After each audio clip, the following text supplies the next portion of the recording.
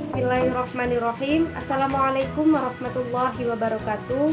Perkenalkan, nama saya Dwi Nazila Ulfa, nomor induk mahasiswa T2019-4102. Di sini saya akan mempresentasikan laporan observasi di Sekolah Min 5 Jembrana mengenai kurikulum dan kedisiplinan siswa Min 5 Jembrana. Langsung saja saya akan membahas latar belakang, tujuan observasi, manfaat observasi, lokasi observasi, waktu pelaksanaan observasi, serta metode observasi.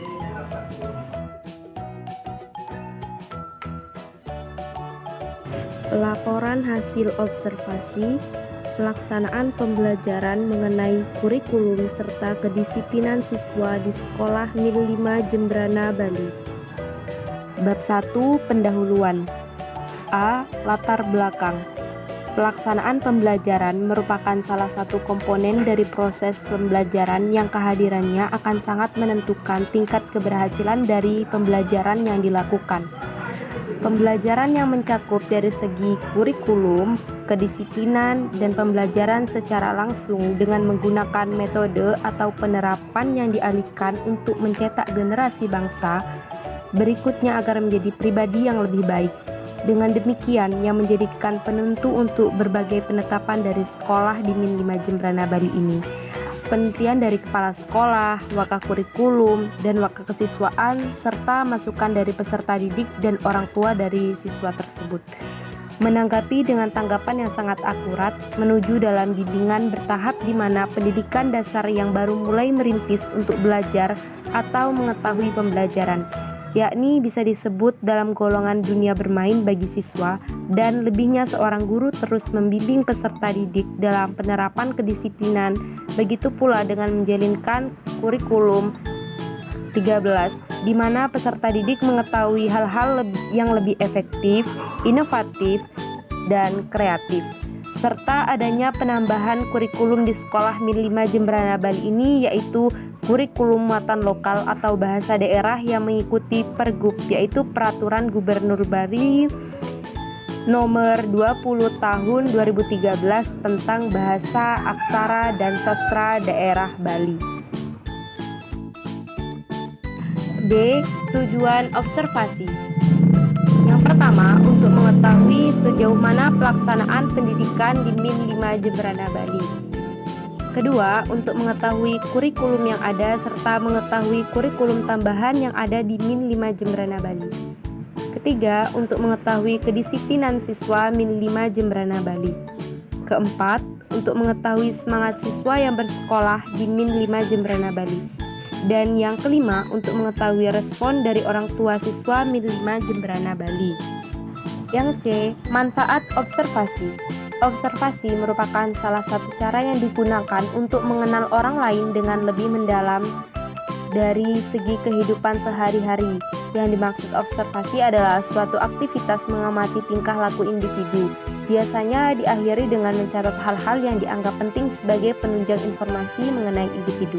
Manfaat observasi sebagai berikut, yaitu menambah wawasan dan pengetahuan yang sebelumnya kita belum tahu menjadi tahu. Gerakan tingkah laku seseorang yang dimaksud di sini adalah sebelum kita melakukan observasi, kita tidak mengetahui tindakan yang dilakukan seseorang, tetapi setelah kita melakukan observasi, kita mengetahui apa arti tindakan yang dilakukan seseorang tersebut. Dan yang kedua, hasil observasi yang dibuat dapat dikonfirmasikan dengan hasil penelitian. Ketiga, deskripsi memberikan gambaran dunia nyata.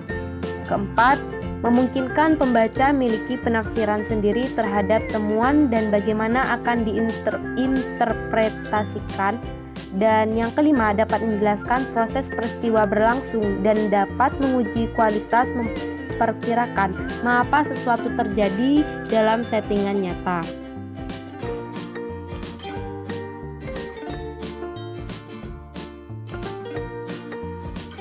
Metode observasi.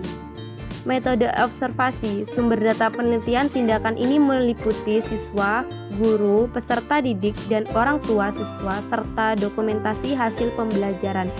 Dan proses pembelajaran, adapun teknik pengumpulan datanya dilakukan dengan cara sebagai berikut. 1. Metode observasi.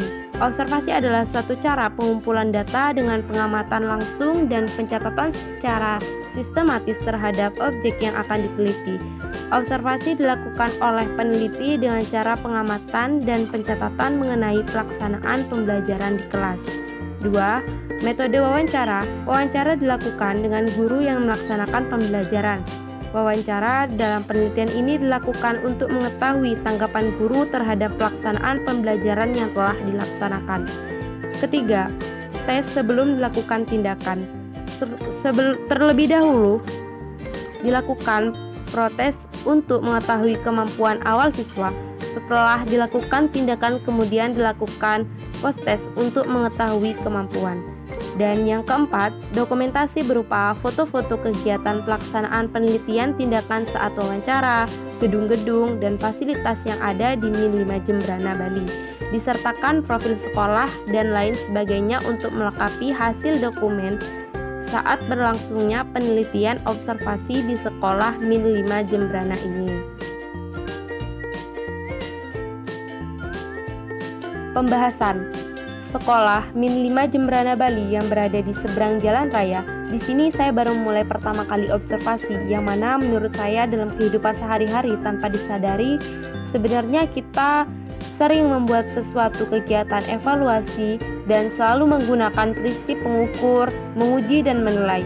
Namun, banyak orang yang belum memahami secara tepat arti kata evaluasi, pengukuran, pengujian, dan penilaian, bahkan masih banyak orang yang lebih cenderung mengartikan keempat kata tersebut dengan suatu pengertian yang sama.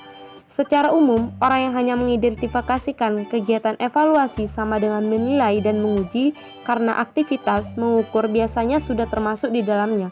Pengukuran, penilaian, pengujian, dan evaluasi merupakan kegiatan yang bersifat hierarkis. Artinya, keempat kegiatan tersebut tidak dapat dipisahkan satu sama lain, dan dalam pelaksanaannya harus dilaksanakan secara berurutan. Struktur kurikulum merupakan konseptualisasi konten kurikulum dalam bentuk mata pelajaran. Posisi mata pelajaran dalam kurikulum, distribusi mata pelajaran dalam semester atau tahun, beban belajar untuk mata pelajaran dan beban belajar per minggu untuk setiap peserta didik.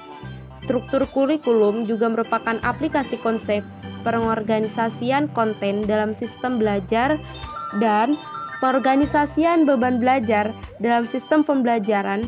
Pengorganisasian konten dalam sistem belajar yang digunakan untuk kurikulum 2013 adalah sistem semester, sedangkan pengorganisasian beban belajar dalam sistem belajar berdasarkan jam pelajaran per semester. Sebagai penerapan prinsip kurikulum mengenai posisi seseorang peserta didik dalam menyelesaikan pembelajaran di suatu satuan atau jenjang pendidikan.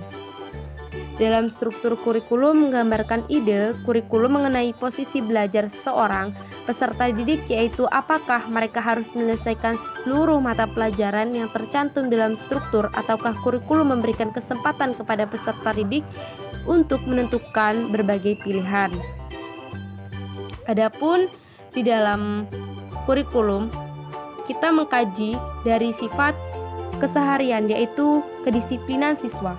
Disiplin bukan merupakan hukum, ikatan yang mengekang atau paksaan yang harus dituruti. Disiplin harus diartikan sebagai sesuatu yang positif yang timbul dan tumbuh dari penentuan pada diri pribadi secara sadar. Maka, penentuan aturan dalam penerapan disiplin di suatu lembaga pendidikan sangat diperlukan dalam menunjang proses belajar mengajar. Dalam proses belajar mengajar yang baik untuk menciptakan lingkungan belajar yang kondusif. Dalam penerapan suatu aturan, ada dua faktor yang sangat penting yang selalu melekat pada sebuah aturan, tak terkecuali pada penerapan kedisiplinan di sekolah atau lembaga pendidikan lainnya. Faktor tersebut adalah faktor pendorong dan faktor penghambat terjadinya kedisiplinan di sebuah lembaga pendidikan. Penegakan disiplin di sekolah tidak hanya berkaitan dengan masalah seputar kehadiran atau tidak, terlambat atau tidak. Hal itu lebih mengacu pada pembentukan sebuah lingkungan yang di dalamnya ada aturan bersama yang dihormati dan siapapun yang melanggar pasti berani mempertanggungjawabkan perbuatannya. setiap pelanggaran atas kepentingan umum di dalam sekolah mesti diganjar dengan hukuman yang mendidik sehingga siswa mampu memahami bahwa nilai disiplin itu bukanlah bernilai demi disiplinnya itu sendiri, melainkan demi tujuan lain yang lebih luas, yaitu demi stabilitas dan kedamaian hidup bersama. Pula dapat disimpulkan bahwa untuk menuju kualitas pembelajaran yang baik diperlukan sistem penilaian yang baik pula, agar penilaian dapat berfungsi dengan baik, sesuai dengan tujuan yang telah ditetapkan. Maka sangat perlu untuk menetapkan standar penilaian yang akan menjadi dasar atau acuan bagi guru dan praktisi pendidik dalam melakukan kegiatan penilaian. Dari pihak tersebut memiliki peranan yang berbeda-beda, sesuai dengan proporsi masing-masing. Jika masing-masing pihak melaksanakan tugas dan tanggung jawabnya sebagai mestinya, maka akan tercipta suatu suasana yang kondusif, dinamis, dan terarah untuk perbaikan kualitas pembelajaran melalui perbaikan sistem penilaian. Hingga tujuan akhir dari suatu proses pembelajaran adalah setiap siswa diharapkan dapat mencapai kompetensi atau tujuan pembelajaran yang telah ditetapkan kurikulum 13 dan kedisiplinan yang telah ditetapkan di sekolah Madrasah Ibtidaiyah Negeri 5 Jembrana, Bali ini.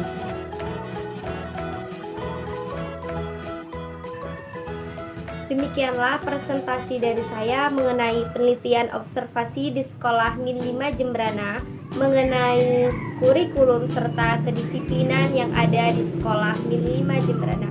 Semoga bermanfaat. Wassalamualaikum warahmatullahi wabarakatuh.